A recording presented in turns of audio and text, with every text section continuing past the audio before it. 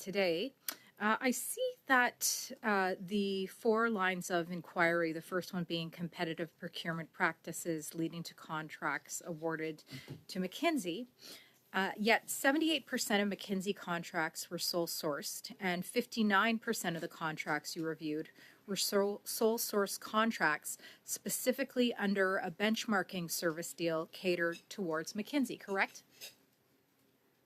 Can't validate the statistics, but yes, it sounds accurate. Thank you. So this specific benchmarking solution was originally valued at $47 million, but then increased to $48.8 million.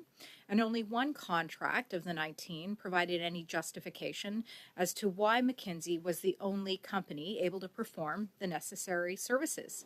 So this means $43 million was paid to McKinsey without the proper documentation, a theme we've seen repeatedly, unfortunately, across this government.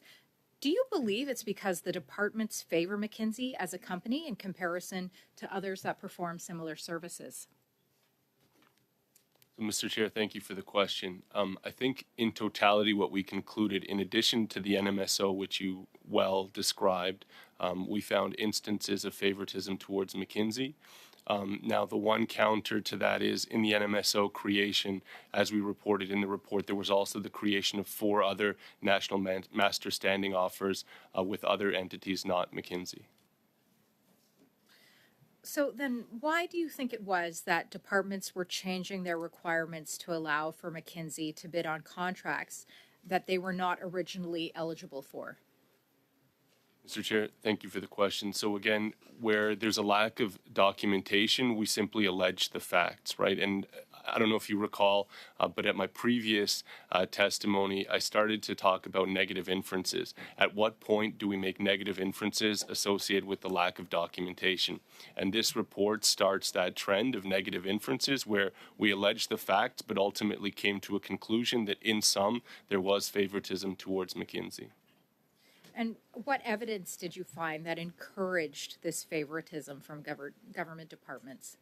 Well, so you've cited 2 examples. So one was in the change of procurement strategy. What we saw was there was a procurement strategy being contemplated, and then it was only through the realization, whether it be directly with McKinsey or through the contracting authority, that they would not be qualified to participate in the process, and therefore there was a reconsideration of the process. Now, could there have been additional factors in addition to that fact alone? Absolutely. And we're not discounting that, but we're simply saying that did happen, and the contracts were in fact awarded to McKinsey.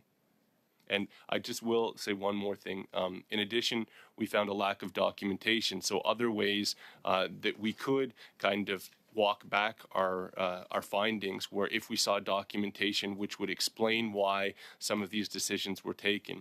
And you'll note in the report there was a lack of information explaining why there was a change of these decisions or procurement strategies.